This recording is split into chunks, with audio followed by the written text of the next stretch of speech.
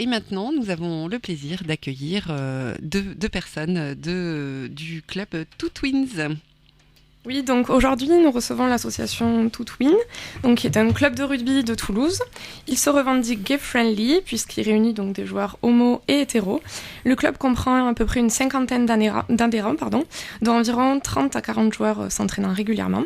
L'association Two Twins existe depuis 2006, et elle est présidée par Cyril, que nous avons le plaisir de recevoir aujourd'hui dans nos studios, et l'entraîneur Julien. Bonjour. Bonjour à vous deux, bienvenue.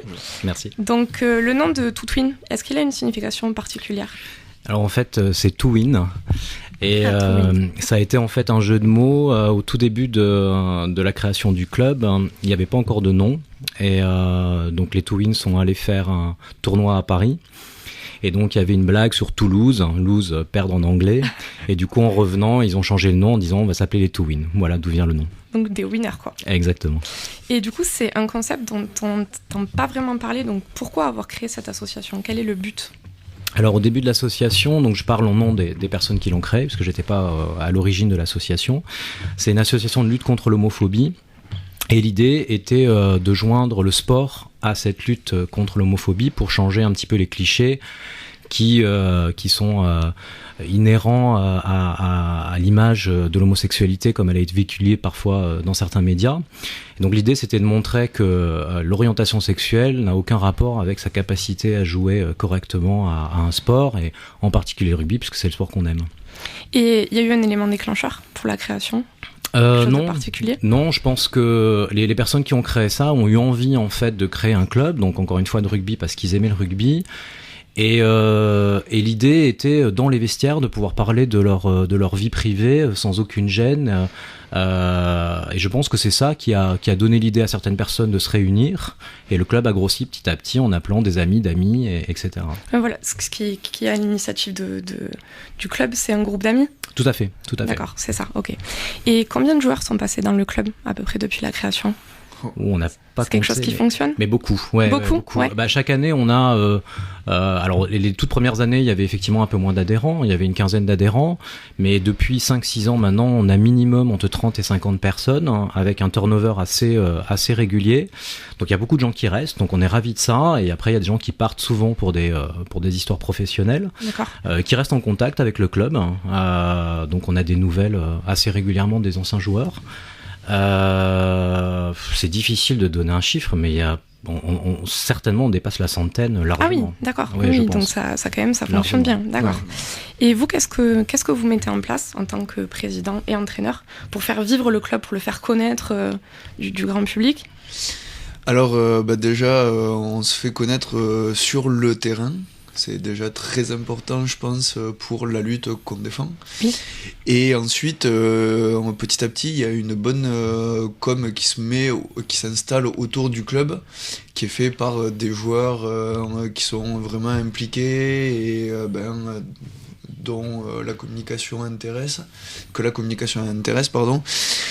Donc voilà, et puis ensuite beaucoup le bouche à oreille, voilà. Mais on commence vraiment depuis quelques années à étendre notre réseau entre guillemets, à avoir une communication un peu plus grande, un peu plus forte, et la sensibilisation des gens commence à se faire vraiment sur la lutte qu'on défend. Donc voilà. Mais pour moi, elle commence sur le terrain, et c'est par là qu'on essaie à chaque entraînement et chaque année de la démarrer, en plus des différents événements de lutte contre l'homophobie qu'il y a chaque année. D'accord. Alors justement, en parlant de terrain, quelles sont les réactions des autres clubs quand vous organisez un match ? Est-ce qu'il y a une réaction particulière ? Est-ce que les gens sont surpris ? Alors au début, en fait moi j'étais joueur dans le club il y a de ça 8 ans maintenant, et je me suis blessé, donc j'ai pris le côté entraîneur, et c'est vrai qu'au début quand j'ai commencé en tant que joueur puis entraîneur, il y avait des réactions un peu excessives limite homophobes. Les gens étaient surpris, ils comprenaient pas trop la démarche, et c'est vrai que petit à petit on arrive à faire adhérer les différentes équipes, et petit à petit ils commencent à voir que la cause qu'on défend est intéressante, ils commencent à se reconnaître un peu dans ça, dans la communication qu'on fait, et vraiment on attire de plus en plus de joueurs qui viennent d'autres équipes pour ça, voilà, pour la lutte et pour l'ambiance et le contexte qu'on met tous les jours aux entraînements et dans l'assaut tous les jours. Voilà. Et comment vous faites pour souder les joueurs et créer vraiment un esprit d'équipe? Est-ce que vous faites des activités en dehors Je pense que ça, c'est effectivement personnel. Par rapport aux joueurs, c'est comme toutes les équipes, il y a quand même un esprit de corps. Donc ça dépend au début des joueurs, entre eux. Il y a des affinités qui vont se créer assez naturellement. Oui et non, parce qu'en même temps, c'est des gens qui ne se seraient peut-être pas rencontrés. Donc c'est ça qui est intéressant aussi, c'est que ça ouvre l'esprit de tout le monde d'ailleurs. Ça ouvre les esprits des homos aussi, puisque de temps en temps, ils restent cantonnés à un milieu parce que c'est rassurant et c'est plus protecteur. Donc le fait d'avoir des amis hétéros, ça va les ouvrir aussi à d'autres choses, probablement. Et évidemment, ça ouvre l'esprit aux hétéros du club qui, bien sûr, en venant chez nous, ont déjà une ouverture d'esprit assez intéressante. J'imagine, ouais. Voilà. Mais ils vont avoir des amis aussi, des amitiés qu'ils n'auraient pas eu forcément dans leur vie de tous les jours. En plus de ça, le club est effectivement, on fait des soirées. En fait, on a un club tout à fait classique, à part le message qu'on veut véhiculer. Et c'est cette idée-là, c'est de montrer que justement, on a un club différent sur le papier, mais on n'a pas un club différent sur le terrain et en dehors du terrain. Oui, parce que j'imagine que en tant qu'entraîneur, c'est important l'esprit d'équipe sur le terrain, pour Bien sûr.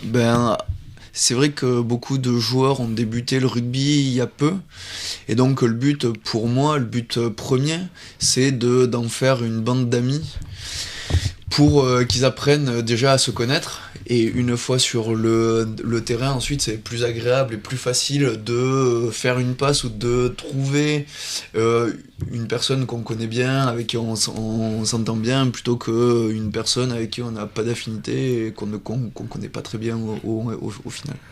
Et vous allez participer à la Gay Pride ? On va participer à la Gay Pride tout à fait demain, ouais. Donc on aura un stand dans le village associatif et on aura un char aussi qui sera assez intéressant, il faudra venir voir ça. D'accord. Et ça représente quoi cette date pour vous ?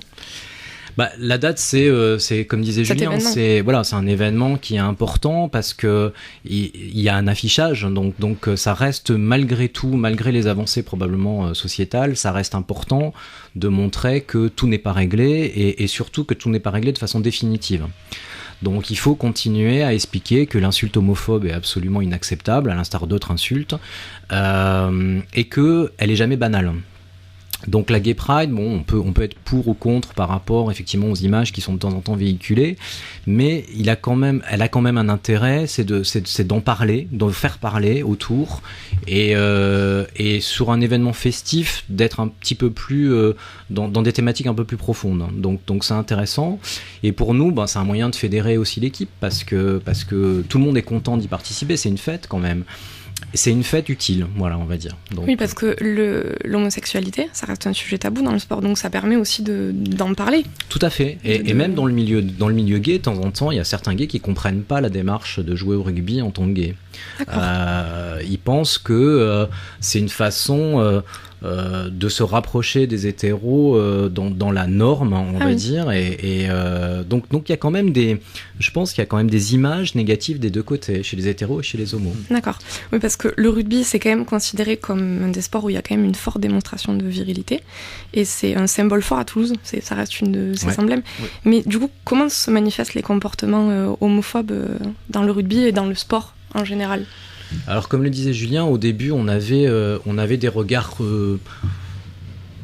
on va dire un peu les gens s'interrogeaient. On n'a pas eu vraiment d'événements homophobes extrêmement déclarés, on n'a jamais eu d'insultes évidemment, en tout cas devant nous on n'en a jamais eu, on a entendu des choses qui n'étaient pas forcément agréables, mais comme le disait Julien, en fait on gagne aussi en crédibilité.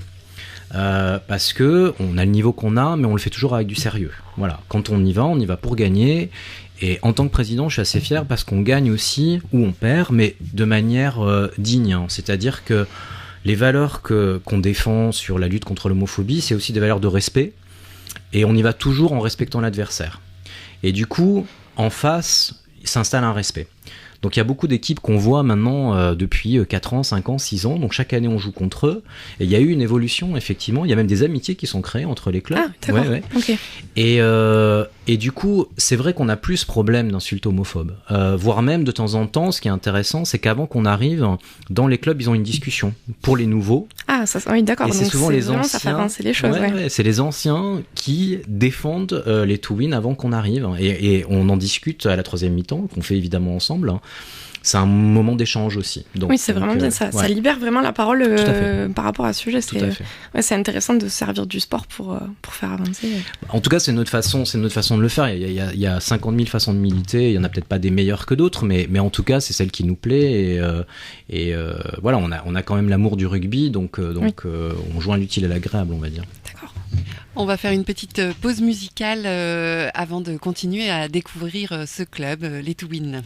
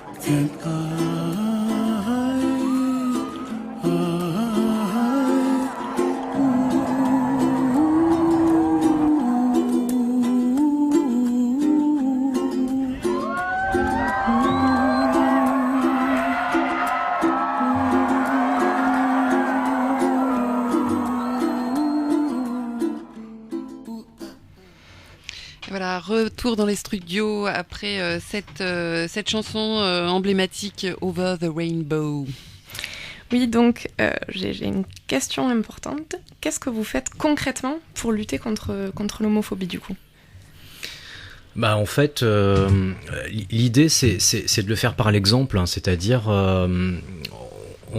encore une fois, comme je disais, il y a plusieurs façons de militer et notre façon de militer, c'est d'aller montrer justement qu'il n'y a aucune différence en tout cas au niveau du jeu, mais qu'il y a une différence de personnes. Donc c'est ça qui est important. On n'essaie pas de gommer la différence, évidemment, dans les gens. On ne demande pas que tout le monde soit exactement identique.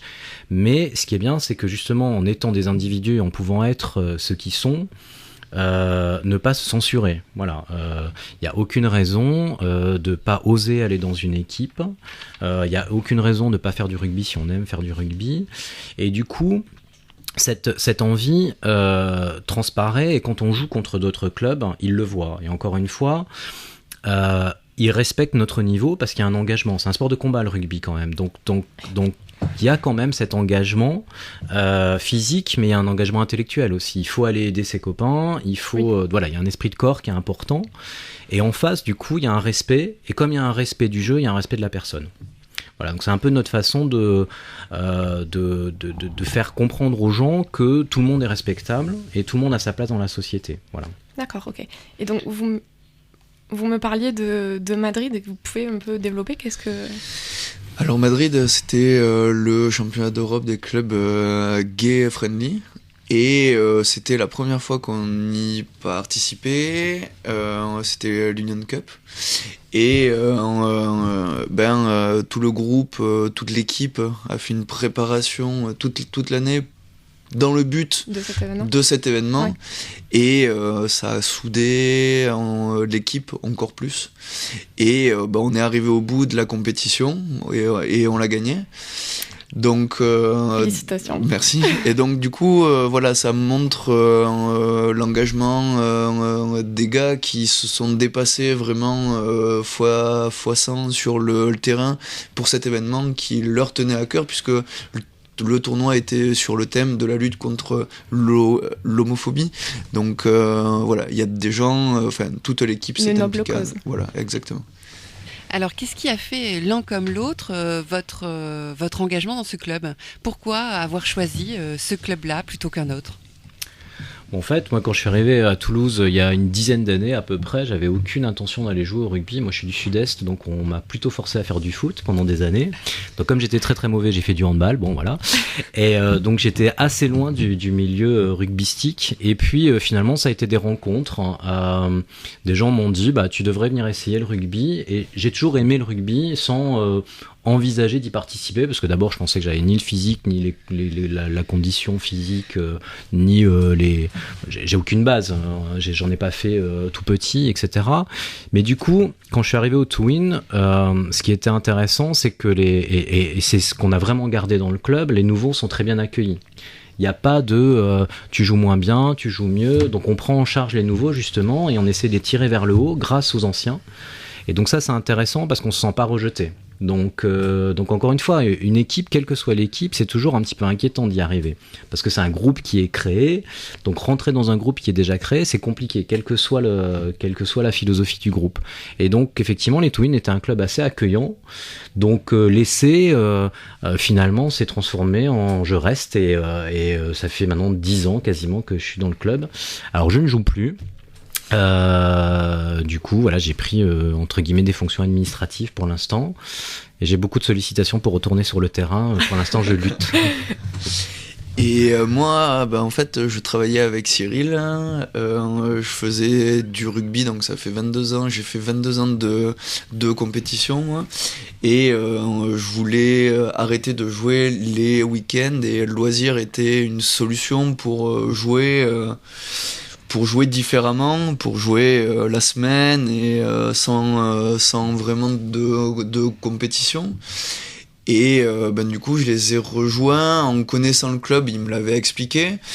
Et voilà, j'avais des amis homo à l'époque, et c'est vrai que le traitement en soirée ou quoi qu'ils avaient me choquait particulièrement. Et donc j'ai trouvé la cause intéressante. Et c'est pour ça que je suis allé jouer.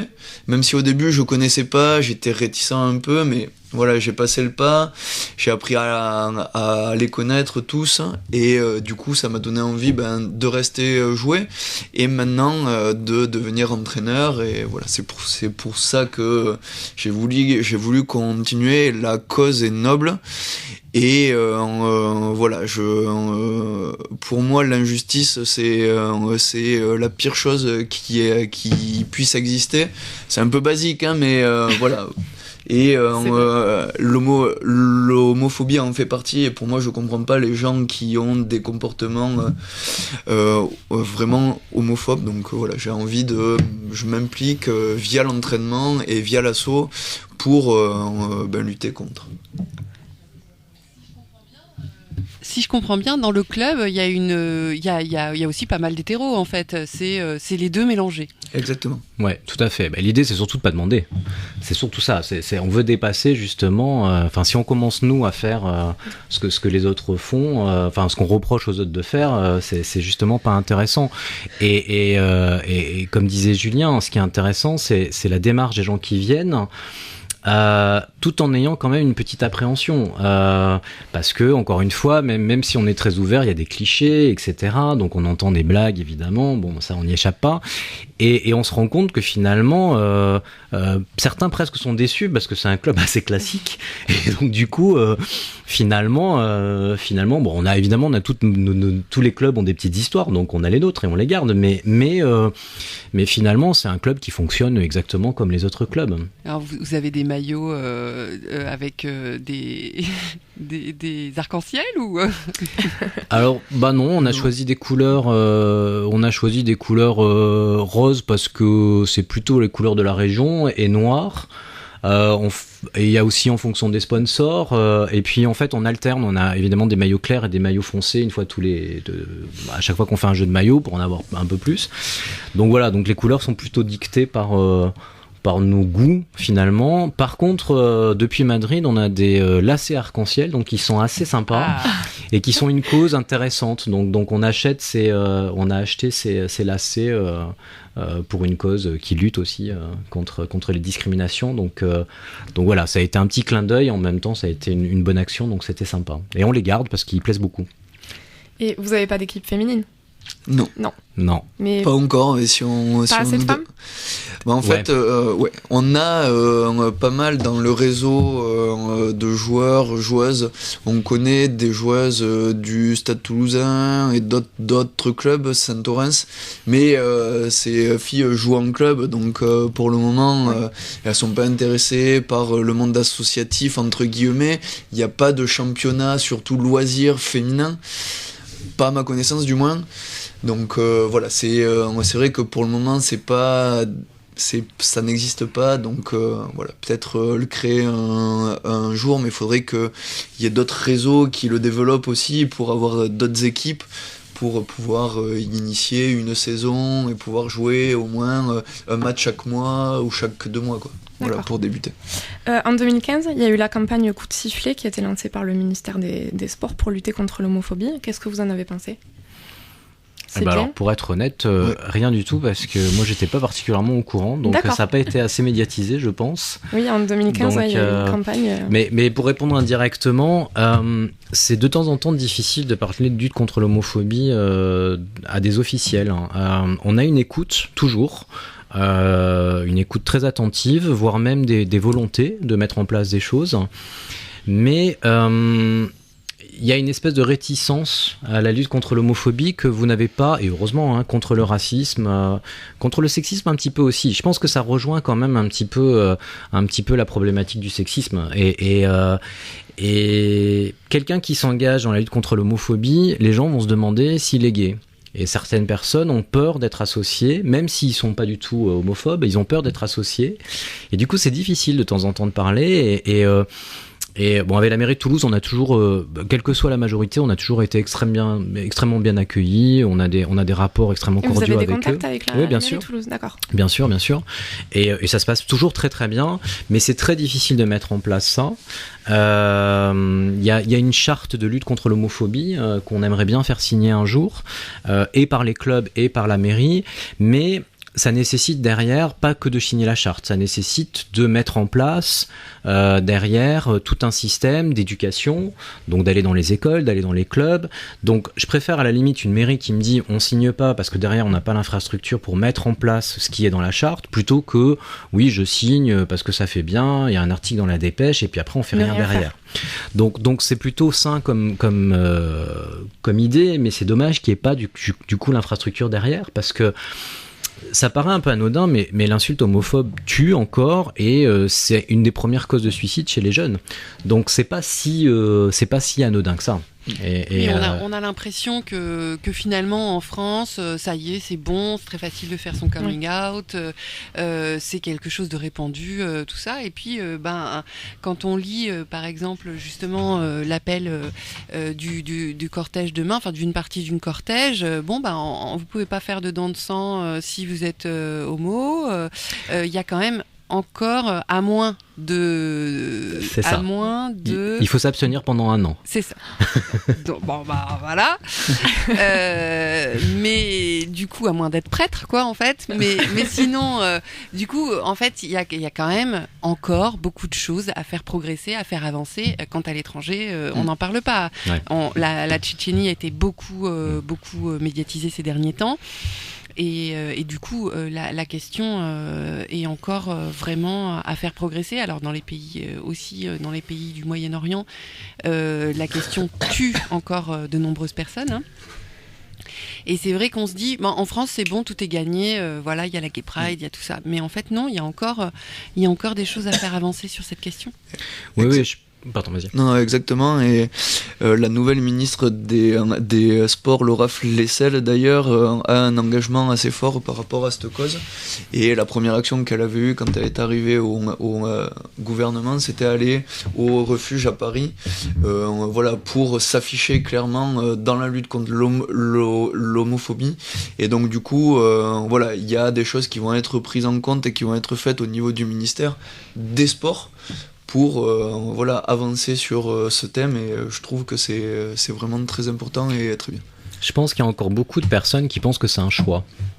D'ailleurs, il y a eu des mots malheureux de certains hauts dirigeants qui parlaient de choix d'orientation sexuelle. Donc, je pense pas que les hétérosexuels aient choisi d'être hétérosexuels. Donc, je pense pas qu'un homosexuel choisisse. Et puis, il y a aussi une notion de, il y a quelque chose qui est mieux que quelque chose d'autre. Donc, ça aussi, c'est compliqué. Mais encore une fois, je pense que ça rejoint un petit peu le sexisme. C'est extrêmement lié au machisme. Donc, c'est ce que vous disiez tout à l'heure en parlant de rugby, en disant c'est un sport viril. Alors, c'est vrai que c'est ce qu'on dit, mais un jour, j'ai posé la question à quelqu'un en disant comment on définit un sport viril ? Qu'est-ce que ça veut dire en fait un sport viril ? Il y a une grande démonstration de virilité sur les terrains, sur la vestiaire. De force peut-être. Voilà, c'est ça. De force, parfois de violence, en tout cas de mise en avant de la force physique, de la capacité à. Mais je pense qu'on a associé justement la virilité à la force physique, et je pense que c'est pas forcément le cas justement. Quand vous voyez des filles qui jouent au rugby, je vous promets que j'aimerais pas être en face d'elles.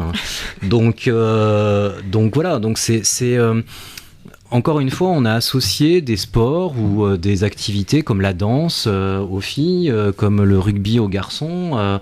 Et ça, c'est un cliché qui, finalement, naturellement, pourquoi un garçon n'aurait pas le droit de faire de la danse ou une fille n'aurait pas le droit de faire du rugby, parce qu'on a décidé que des critères souvent esthétiques d'ailleurs qui n'ont aucun rapport avec le sport, et en plus on a décidé que c'est moins joli, ce qui est complètement stupide je pense, et ça vient souvent de là, ça vient souvent du fait qu'on a associé un rôle aux garçons et un rôle aux filles, et malheureusement on continue à le perpétuer à l'école. Après, il ne faut pas tomber dans l'excès inverse, et il faut quand même, bien sûr, penser que les garçons et les filles ne sont pas pareils. Mais pas pareil, ça ne veut pas dire un est mieux que l'autre. C'est ça la différence. Tout à fait. Et est-ce que vous savez s'il y a d'autres initiatives comme la vôtre dans le rugby ou dans d'autres sports en général ? Oui. Alors on peut répondre dans le rugby déjà parce qu'on connaît en France en tout cas ce qui se passe. Il y a 6 clubs français qui sont comme nous, dont le nôtre, donc il y a 5 clubs français avec plus lesquels le vous nôtre. êtes en relation ? Bien sûr, et chaque année on fait des tournois ensemble, on s'entend très bien, et pareil il y a des amitiés très fortes qui sont liées entre les clubs. Et là, donc du coup, à Madrid, il y avait 32 clubs européens. Donc oui. Il y a beaucoup de clubs en Europe. Répandu. Et l'année prochaine, il y a la Coupe du Monde qui s'appelle la Big Game Cup, qui va regrouper, je sais pas combien, une cinquantaine ou une centaine d'équipes. Donc voilà, c'est pas quelque chose qui est isolé, effectivement. Alors, le rugby, c'est un sport qui, je trouve, qui s'y prête assez bien parce qu'encore une fois, il y a un respect. Donc finalement, si vous êtes respectable sur le terrain, vous êtes respectable en dehors. Il y a d'autres sports où malheureusement les joueurs ne se respectant pas, forcément vous n'allez pas respecter l'adversaire. Donc je ne citerai pas les autres sports, mais d'autres sports il y a beaucoup de problèmes. Donc voilà. Et quels sont vos prochains rendez-vous ? Les prochains rendez-vous sportifs. Sportifs, la saison est là se terminée. Donc ça reprendra en septembre prochain. Tout l'été, il y a des touchs qui vont être mis en place comme on fait chaque année pour que les gars gardent le cardio, gardent un peu l'activité, le jeu de ballon. Ça laisse pas trop aller pendant l'été, quoi. Voilà, donc c'est ouvert à tout le monde et si ça intéresse les gens, ça sera sur le site. On dira où on peut s'entraîner, entre guillemets, puisque c'est pas officiel, bien entendu. Donc, d'accord. Voilà. Et à partir l'année prochaine, ensuite, il y a notre saison qui reprend avec peut-être la Coupe du Monde en ligne de mire pour nous et notre tournoi qu'on fait chaque 2 ans sur Toulouse qu'on va faire sûrement courant mai. Par là, quoi. La date n'est pas encore fixée, mais je pense que ça va être par là quand les beaux jours vont revenir. Et ce sera un tournoi à 15. Voilà. De beaux objectifs. Exactement. Et donc, si on veut vous rejoindre, on peut aller à la Gay Pride demain. Donc, vous avez un stand. Tout à fait. Voilà, pour voir aussi votre magnifique char. Exactement. Et puis, on peut aussi aller sur Internet, vous contacter. Vous êtes très réactif. Nous, on l'a fait. C'était super. Une réponse oui, c'était très réactif. On vous remercie beaucoup d'être venu dans nos studios aujourd'hui. Et on va laisser la place à Marie-Madeleine parce qu'on a pris un peu de retard. Merci à vous. Merci de votre invitation. Au revoir. Au revoir. Au revoir.